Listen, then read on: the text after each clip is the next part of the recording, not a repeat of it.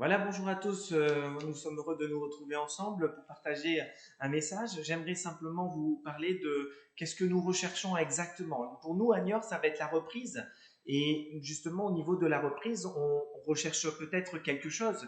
Il y en a, c'est la communion fraternelle qui leur a manqué. Peut-être qu'ils vont vouloir rechercher cette communion, de nouveau parler à des chrétiens, échanger. Voilà, il y en a, c'est peut-être la musique, les chants. Et c'est bien quand on peut faire ça en salle de culte, louer tous ensemble, adorer notre Seigneur. Il y en a, ils vont peut-être chercher des activités dans l'église. Hein, il y avait les sorties hommes, sorties femmes, sorties enfants, etc. Et voilà, il y a pas mal de choses dans une église et peut-être qu'on recherche ça. Mais la Bible ne nous appelle pas à rechercher ces choses-là, pardon. Elle nous appelle plutôt à rechercher ce qui est important dans notre vie. Et justement, c'est le thème de notre parole de maintenant, c'est à la recherche de l'excellence. L'apôtre Paul est en train de parler à l'église de Corinthe, il parle aux Corinthiens et il est en train de leur dire, voilà, vous qui voulez servir le Seigneur, et il énumère les dons du Saint-Esprit, etc. Il énumère plein de choses et il leur parle sur vraiment un enseignement de prendre sa place dans l'église. Et tout d'un coup, il va s'arrêter au chapitre 12, verset 31, et il dit, aspirez aux dons les meilleurs, et je vais encore vous montrer une voie par excellence. Et Paul est en train de dire aux Corinthiens, voilà, je vous ai énuméré plein de choses, des choses spirituelles, des choses qui vont vraiment apporter à l'Église, mais il y a encore quelque chose encore plus excellent que tout ça là. Et là, on arrive au chapitre 13 de 1 Corinthiens, et si on lit par exemple un Corinthien, je vous donne juste quelques versets. Il est dit par exemple, si je n'ai pas l'amour, je suis un airain qui résonne, une cymbale qui retentit. Ça veut dire que je suis vide. En fait, si j'ai pas l'amour, je suis vide. Il va dire par exemple, si je n'ai pas l'amour, je ne suis rien. Hein, tout le chapitre 13 parle de l'amour et il dira même, et quand je distribuerai tous mes biens, on pourrait donner tout notre argent, la dîme, etc., pour la nourriture des pauvres, quand je livrerai même mon corps pour être brûlé, si je n'ai pas l'amour, ça ne sert à rien. Il est en train de dire que la voie par excellence, c'est peut-être l'amour.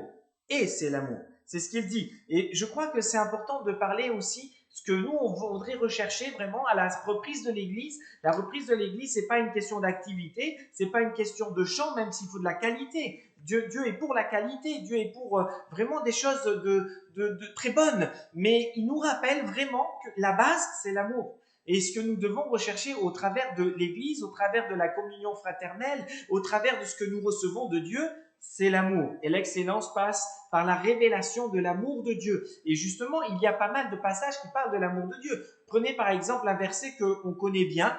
Pour certains, peut-être que vous ne connaissez pas, mais je vais vous le dire, c'est Jean 3,16.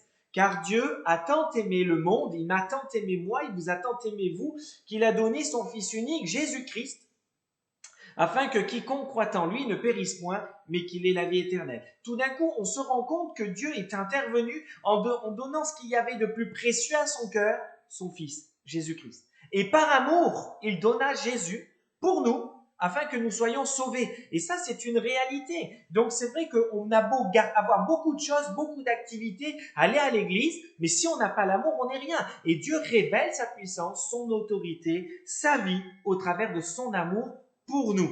Je crois que c'est important et justement, Jésus, lui, aussi, le Fils de Dieu, va révéler aussi tout l'amour que Dieu a pour lui et a pour nous. Regardez ce qu'il va dire dans Matthieu chapitre 22, versets 36 à 39. Il est dit, Maître, quel est le plus grand commandement de la loi? C'est un homme qui vient voir Jésus et lui pose les questions et Jésus lui répondit. Regardez bien, Jésus va répondre. Hein. Il ne va pas venir sur plein de commandements, plein de règles, plein d'activités, plein de manières de faire. Non, non. Il va dire deux commandements les plus importants pour lui. Et les deux parlent d'amour. Tu aimeras le Seigneur ton Dieu de tout ton cœur, de toute ton âme, de toute ta pensée. Il dit que c'est le premier et le plus grand commandement. Et voici le second qui lui est semblable. Donc il est aussi important que le premier. Il va dire tu aimeras ton prochain comme toi-même. Je me rends compte que dans juste ces deux commandements, il y a trois choses essentielles. Tu aimeras ton Dieu, tu aimeras ton prochain, mais tu aimeras toi-même aussi. Tu ne peux pas aimer ton prochain si tu t'aimes pas. Et je reconnais franchement que c'est compliqué pour les enfants qui ont vécu sans amour. C'est compliqué pour un couple qui a vécu sans amour parce que pour redonner aux conjoints, pour redonner aux enfants, on ne peut pas redonner ce qu'on a manqué. quelqu'un qui n'a pas vécu d'amour, quelqu'un qui n'a pas vécu vraiment ces choses-là, l'amour d'un vrai père, d'une vraie mère, c'est compliqué après quand on devient papa, qu'on devient maman, de redonner quelque chose qu'on n'a pas eu. Et justement, la Bible vient nous révéler cela, vient nous parler de cela, et justement vient nous parler de l'amour de Dieu, d'un père pour nous. Et quand on manque d'amour, Dieu est capable de nous donner son amour et on peut vivre de son amour. Et ça, c'est très important pour nous et c'est une chose excellente.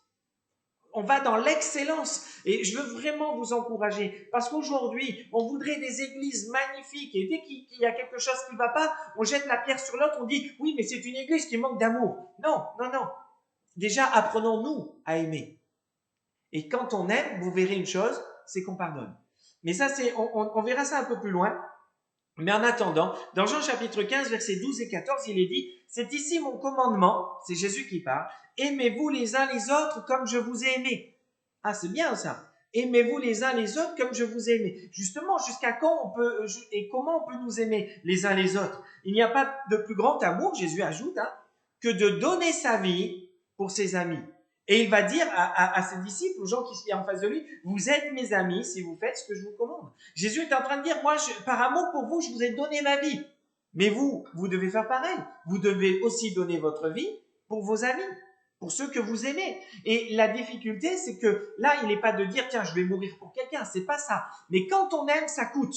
Quand on aime, ça demande de l'implication, ça demande du don de soi, ça demande aussi parfois dans un couple de se taire parce qu'il faut écouter l'autre et comprendre l'autre et ne pas toujours vouloir avoir le dernier mot parce que sinon on monte dans le ton et on ne s'écoute plus et on manque d'amour. Non, non, non, non. C'est très important pour les uns, pour les autres, dans le relationnel, que ça soit à la maison, dans les enfants, parents, que ça soit dans le couple, que ça soit dans la communion fraternelle à l'église, mais que ça soit aussi au boulot. Il ne faut pas qu'on manque d'amour. Du moment où on manque d'amour, alors c'est l'amertume qui prend le dessus, c'est la colère, c'est le jugement, c'est la critique, c'est la moquerie. Et dans tout cela, quand il n'y a plus d'amour, il n'y a que des mots qui blessent, il n'y a que des positions qui blessent, il n'y a que tout cela. Et le Seigneur nous amène à justement vivre de sa grâce, vivre de son amour et vivre comme lui a vécu pour nous, c'est-à-dire rempli d'amour pour nous. Et franchement, quand je lis la Bible, le Seigneur ne m'a jamais reproché tout le mal que j'ai fait, m'a jamais reproché les nombres de fois que je suis tombé. Non, non, non, il m'a toujours regardé avec amour et avec grâce. Je crois que c'est important et tout cela nous ramène à cette réalité-là. Il nous faut aller plus loin. Justement, dans le verset 12, par exemple, du chapitre 13 de l'amour, quand nous lisons cela, il est dit, aujourd'hui, nous voyons comme au moyen d'un miroir, d'une manière obscure, mais alors que nous verrons face à face, aujourd'hui, je connais en partie, mais alors, je connaîtrai comme j'ai été connu. Et justement, on parle de miroir, mais à l'époque, il n'y avait pas de miroir comme aujourd'hui. Non, le miroir, à l'époque, c'était du métal poli. Et voilà, c'est-à-dire qu'on se reflétait dans un métal et même s'il était super bien poli, je suis désolé, ça donnait que faiblement la réalité. Et je crois que là, au travers de ce verset-là, il est bien dit que nous voyons au travers de l'amour de Dieu en nous, mais c'est encore léger parce que c'est encore du métal. On ne vit pas pleinement l'amour de Dieu. Et Jésus nous demande de vivre pleinement l'amour de Dieu. Et Paul rappelle aux Corinthiens que c'est bien beau de se dire chrétien, c'est bien beau de dire qu'on aimera tout le monde, qu'on aimera même nos ennemis, mais il faudrait peut-être vivre dans le concret, dans les actes. Et là, les actes et le concret, quand on lit l'amour, et vous verrez tout à l'heure, ça va beaucoup plus loin que dire « oui, mais moi je suis un homme de Dieu, j'aime tout le monde ». Non, non, non, ça va beaucoup plus loin que cela. L'excellence de l'amour passe vraiment par cet amour donné à Dieu. Dans la traduction d'amour, on retrouve deux mots très importants. En grec, on retrouve philia. Et philia, c'est un peu comme l'amour filial. Vous savez, entre les parents et les enfants, etc. Il y a cet amour qu'on donne. Et puis, il y a l'amour agapé qui, lui, ressemble plutôt à l'amour de Dieu pour nous, les hommes. Et ça, c'est important parce que le Seigneur nous rappelle que l'amour divin est beaucoup plus important que l'amour relationnel, que l'amour émotionnel, que l'amour, je dirais, influençable. Non, non, non, non, non. C'est plus loin que ça. L'amour de Dieu, c'est de l'amour divin. Et Dieu m'appelle, moi, en tant qu'homme de Dieu, en tant que femme de Dieu, d'être animé de cet amour divin, les uns pour les autres. Justement, Jésus va démontrer. Pierre va avoir une discussion avec Jésus et va dire, mais moi, Seigneur Jésus, je ne te quitterai jamais. Jamais. Moi, je me battrai jusqu'au bout. Et on se rend compte que Jésus va annoncer le reniement aussi de Pierre et Pierre va dire non, moi je te renierai jamais. Et on se rappelle qu'avant que le coq ne chante 3 fois, Jésus avait annoncé à Pierre qu'il le renierait et Pierre a renié Jésus 3 fois. Et justement, Jésus va le retrouver un peu après, va le retrouver comme cela au bord de l'eau, il est en train de pêcher et Pierre va arriver, il va leur préparer du poisson, Jésus, et ils vont manger ensemble. Et là, il y a une discussion qui va arriver. Alors, après qu'ils ont mangé, Jésus dit à Simon-Pierre, celui qui l'avait renié, il va lui dire, fils de Jonas, m'aimes-tu plus que ne m'aime ceci? Il lui répondit, oui Seigneur, tu sais que je t'aime. Jésus lui dit, paie mes agneaux. Paie mes agneaux, c'est paître, hein, les agneaux. C'est pas à la paix, mais paître. Il lui dit une seconde fois, Simon, fils de Jonas, m'aimes-tu? Pierre lui répondit, oui Seigneur, tu sais que je t'aime. Jésus lui dit, paie mes brebis. Paie mes brebis. Il lui dit pour la 3e fois, Simon, fils de Jonas, m'aimes-tu? Pierre fut attristé. 3 fois. Vous vous rappelez, Pierre va renier 3 fois Jésus. Et Jésus va lui poser 3 fois, m'aimes-tu, la question. Hein? Et Pierre fut attristé de ce qu'il lui avait dit pour la 3e fois, m'aimes-tu? Il lui répondit, Seigneur, tu sais toutes choses, tu sais que je t'aime. Jésus lui dit, paie mes brebis.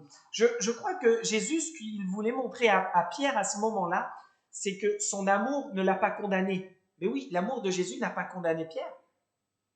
Pierre, du moment qu'il avait renié Jésus, lui, il était reparti dans son entreprise de bateau, de pêche, etc.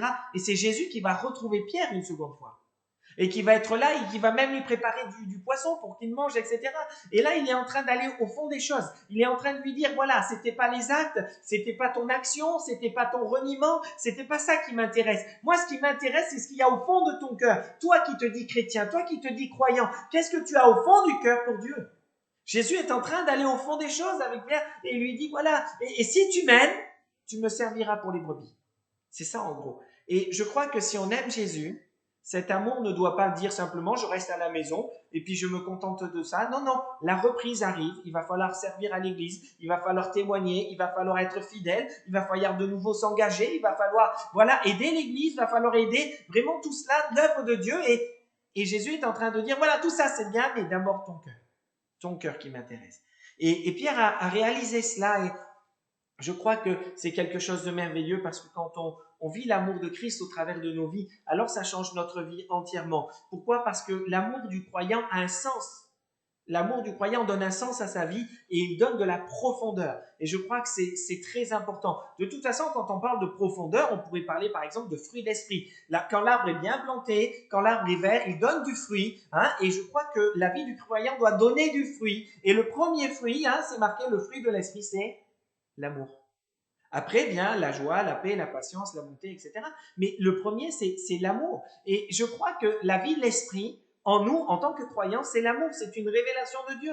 Et nous devons vivre dans cette marche qui est beaucoup plus excellente que de servir simplement, faire une activité, se dire chrétien. Non, non, ça va plus loin que ça. C'est passer aux actes, c'est passer au concret. Et l'amour de Dieu en nous a fait de nous des hommes et des femmes différents.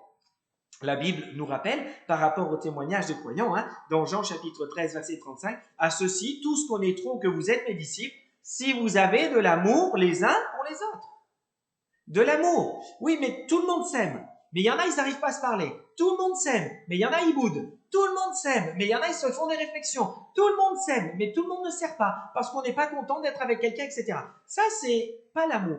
Ça s'appelle de l'amour humain, peut-être, mais pas l'amour que Dieu nous a donné. Et justement, je voudrais aller plus loin, parce que quand on parle de s'aimer soi, quand on parle de s'aimer dans le couple, quand on parle d'aimer nos enfants, quand on parle d'aimer la communion fraternelle, les frères et sœurs, il y a des choses importantes qui ressortent. Et justement, au verset 4 du chapitre 13 de l'amour, il est dit « L'amour est patient et plein de bonté ».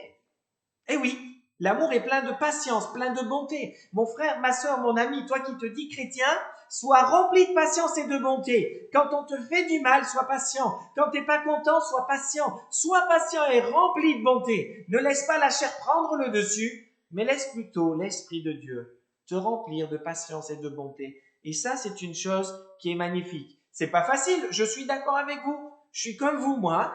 Des fois, c'est dur, mais le psaume 103, verset 8 me dit « L'Éternel est miséricordieux et compatissant, lent à la colère et riche en bonté. » Si Dieu est lent en colère et riche en bonté pour moi, qui suis franchement un pécheur devant Dieu, combien de fois il est compatissant et patient envers moi et fidèle, ô combien je dois l'être pour ceux qui ne connaissent pas le Seigneur, ou ceux qui le connaissent, mais mal. Eh oui, le Seigneur m'a donné d'être plus patient et d'avoir plus de bonté. Et c'est normal, je suis enfant de Dieu. Il est dit aussi au verset 4, l'amour n'est point envieux. Matthieu chapitre 27, verset 18, car ils savaient que c'était par envie qu'ils avaient livré Jésus. La envie, on peut livrer Jésus par envie. Par envie, on pourrait vouloir le mal de quelqu'un. Par envie, on pourrait dire, t'as pas voulu venir à l'église, t'as pas écouté la parole, maintenant tant pis pour toi. Et oui, c'est tellement facile de juger, de critiquer. Mais Jésus n'a jamais été comme ça envers nous. Et je crois qu'il nous faut être remplis d'amour de Dieu. Et l'amour de Dieu, en nous, on n'est pas envieux. Et je crois que c'est important. Il est dit aussi, l'amour ne se vante pas et l'amour ne s'enfle point d'orgueil. Je crois que c'est important de ne pas se vanter et de ne pas être orgueilleux. Le Seigneur nous a donné d'être plus sages. Amen. Le Seigneur nous a donné d'être plus, je l'ai dit tout à l'heure, patient et bon. Peut-être que certains ont des moyens financiers plus que d'autres. Il y en a, ils ont une meilleure santé plus que d'autres. Il y en a, ils peuvent arriver à faire plusieurs choses, plusieurs talents. Amen. Mais dans tout cela, on ne se vante pas et on n'a pas rempli d'orgueil. C'est pas parce qu'on chante bien à l'église que tout d'un coup on doit être adulé, on devient une star. Non.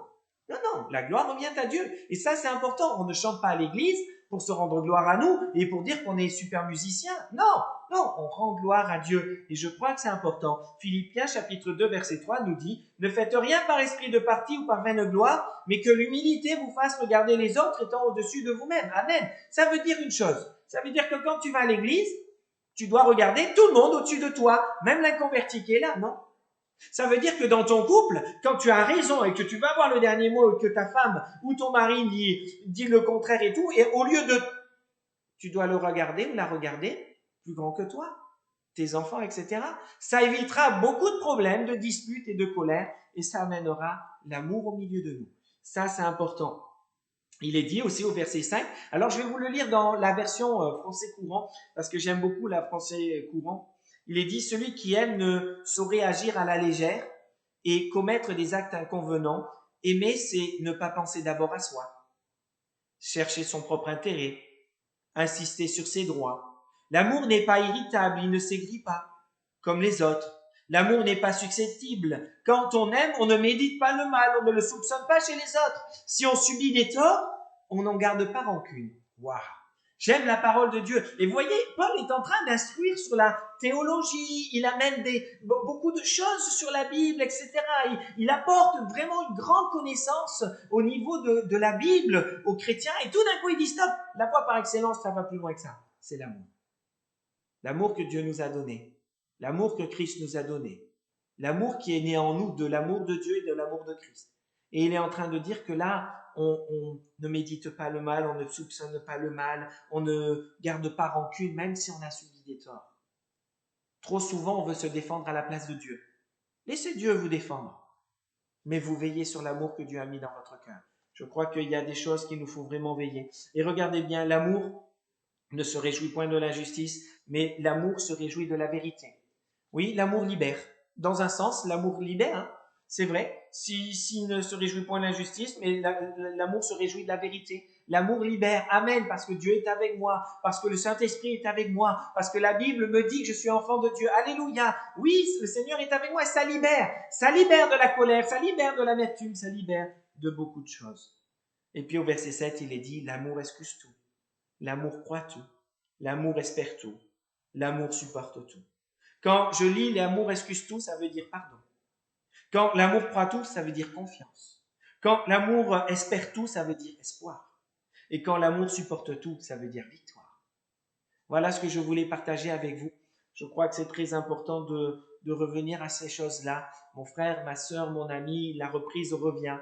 Mais la chose essentielle, l'excellence, c'est l'amour de Dieu dans ton cœur, que tu puisses être rempli de l'amour de Dieu. Et si il y a des choses dans ton cœur qui ne sont pas encore bonnes, demande pardon, demande au Saint-Esprit de venir te nettoyer, te sanctifier et vraiment laisse le Seigneur agir. Et là, tu verras tous les bienfaits de l'amour de Dieu dans ta vie. Que Dieu vous bénisse.